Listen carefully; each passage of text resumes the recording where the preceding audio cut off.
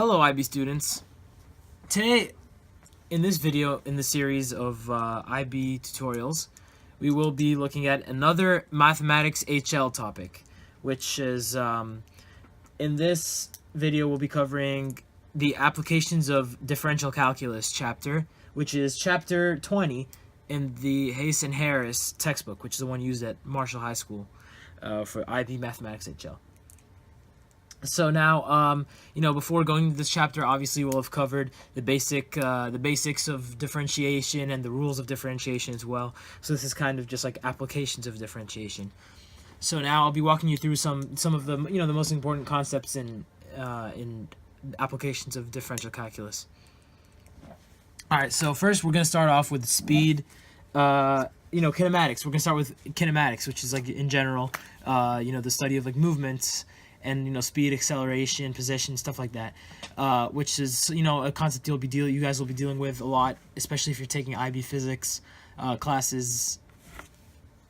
Okay, so here, let's just say we have an object which is traveling, an object which is moving, and now here we're gonna have position.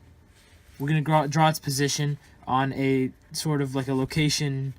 Like a linear graph of its location with respect to an origin. This is O. This is the origin point, which is like sort of reference point, which from which we can draw the rest of the positions of the object. And this is a notation you guys are going to see a lot in IB exams, in math tests and IB style questions where they call the origin O, right? And then S is the letter that they use to denote the object's displacement. S usually means displacement. So now let's just say we have like an object here, which is P. We're going to call the object P. This is its location with respect to the origin, okay? Now let's say you have, if the displacement of the object P is in front of the origin, then we say S of T, which is the function of displacement with respect to time, is greater than 0. So that's located to the right of O, the origin. And then obviously the other way around would be S of T is less than 0, right? And then S of T equals 0 when P would be at the origin, right? Simple enough. Okay, so now the important thing we need to know is, so let's say you have S of T. S of T is the displacement function of time, right? Now, we want, so here, this gives us position, right? Now, what else do we want to know in kinematics? We also want to know velocity. We also want to know speed, right? Velocity is the change in displacement with respect to time. So therefore, velocity equals ds by dt, which is the change in displacement with respect to time, which equals s prime of t. And then we want acceleration as well. And acceleration just so happens to be the change in velocity with respect to time. So a, which is acceleration, equals dv by dt equals v prime of t. Okay, that's very helpful. You guys are going to have to know that a lot for IB exams and stuff like that. So basically, if you want to get velocity from displacement, you differentiate. If you want to get acceleration from velocity, you also differentiate. So that's how you arrive at all these different equations. Now, an important thing is that if a problem is asking you, for instance, like this IB problem right here from the textbook, it asks you to find a position of a particle when the changes in direction occur, right? So how would you interpret that? So when an object changes direction, that means that their velocity is going from positive to negative. Like if an object is traveling this way, they need to slow down, right? Like if let's say they want to turn around, they need to eventually slow down and then turn around. But then at this point in between them slowing down and turning around is the point where velocity equals 0. So now if you want to find the position of an object when it changes direction, you have to look for the zeros of the velocity v of t function, right? So we look for when v of t equals 0. We want to look for its zeros, and then when we find its 0, we plug that x value at which the 0 is into s of t to find the position. That's that's often like a question that a lot of IB exams will ask you. All right, so now rates of change. So another application of differential calculus is that when you're looking at real life examples, real life word problems that you need to solve using calculus, you want to always know that a rate of change. Let's say you have a function y of x, right? dy by dx is the rate of change of y with respect to x. So now let's see, let's say for instance, like you want to calculate the instantaneous rate of change in a human being's lung capacity, right? You could write that as dc by dt, which is where c is the capacity and t is time, of course. Now, this is also rate of change. So if you're given a function c of t, you want to find c prime of t to find, the rate of change, the instantaneous rate of change, and then you just plug in the t value or the x value to find the instantaneous rate of change. And instantaneous means the rate of change at an exact value of x, where you're differentiating. Okay, now optimization. Optimization is one of the most important concepts in differential calculus and the applications of it. Now, optimization is, where you want to find the maximums and minimums of a function, right? So let's say you have a function where it's like profit, p of x, right? Where you have x is the number of units being produced by a company, and then p of x is the function given the profits, right? So if a problem is asking you, for instance, for like, what is the most efficient number of units that this company could be producing, right? That means you want to find, the most efficient means that it's the number of units, which is the x value at which there's a maximum profit, right? So now you want to find the maximum of p of x, correct? To find the maximum of p of x, you're going to have to use optimization to find the maximum. Now, using optimization, right, let's say this is p of x. This is what p of x looks like. You have x, y, right? Let's say this is p of x. Now, this is the maximum of p of x. This is the point we're looking for. Now, how do we find this point? Well, we're going to have to call on our good friend differential calculus, right? So we know that the slope of the tangent is changing all along p of x.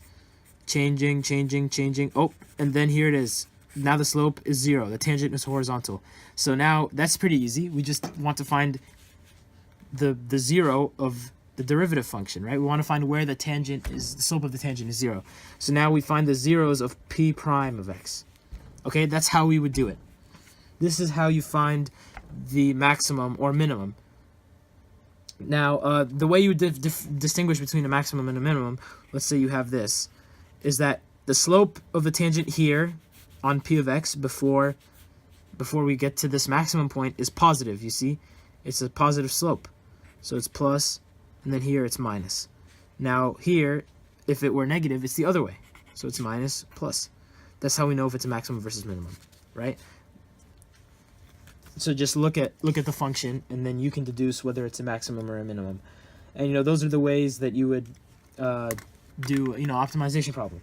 Now the steps you'd use to do a problem that you need to use optimization for is like, so first of all, you need to always draw a diagram based on like a word problem that you're given. Then you construct a formula with the variable to be optimized as the subject. So it should usually be written in terms of one convenient variable, for example, x. Write down the domain restrictions, if there are any, on x. Now, if you find the first derivative and find the values which make the first derivative 0, you find the zeros of it, right? And also, for a restricted domain where you have endpoints, make sure to look at the endpoints, because the endpoints may be maximums or minimums, and those can be very helpful. And then after you find the zeros, then you would have to make sure you give your answer in acceptable format, like sentence if it's a word problem. Okay. Now, the last and usually most confusing topic in the applications of differentiation is the topic of related rates. Okay, related rates has to do with, you know, like a certain equation or function where you have multiple variables. Okay, now let's say for instance you have like a triangle, right? Here's a triangle, but this side of the triangle is supposed to represent a ladder, right? Of you know, length 5 meters, for instance. And then here this is x and this is y, right? And yeah, so we know that, you know, using Pythagorean theorem, x squared plus y squared equals 5 squared. So now we want to find, okay, so if we differentiate everything, we have 2x dx by dt plus 2y dy by dt, which is using implicit differentiation, a topic we learned in the last chapter, chapter 18. Sorry, chapter 19. And then, you know, so you'd end up with this, right? So now we have related rates, because here's a rate right here, which is dx by dt, the change in x with respect to time, and then you have the rate of change of y with respect to time. So now you have two different rates of change, and you have two different variables to deal with. And now when you're doing problem solving, obviously you're going to be given multiple you know, multiple variables or rates of change, and you're usually going to find an unknown one. That's how you'd end up solving these problems.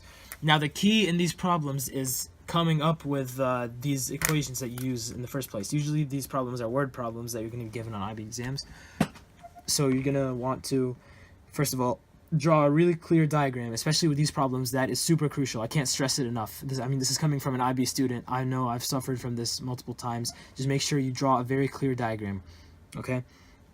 After you draw the diagram, you need to write down the important variables or constants or whatever it is, and then you create an equation connecting the variables. You need to, you know, especially with triangles, stuff like that, you need to use like Pythagorean theorem or possibly similar triangle theorems, or, you know, right angle trigonometry or sine and cosine rules, which is non-right angle trigonometry. And then after you come up with an equation, you have to differentiate it with respect to time, and then you obtain something called the differential equation, where you have the rates of change of multiple variables all related in one equation. And then you solve for the particular case, which is some instant in time, right? Like they're going to give you a specific case where x or y has a certain value, and they're going to ask you for a missing variable value. So now you're solving for that instant. Okay? Make sure you know what's a constant and what's a variable in the equation as well. That will help you a lot in problem solving. Okay, so yeah, that's basically, you know, the hints I have for chapter 20.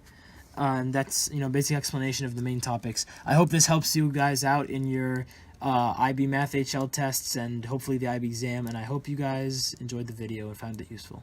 Thank you for watching.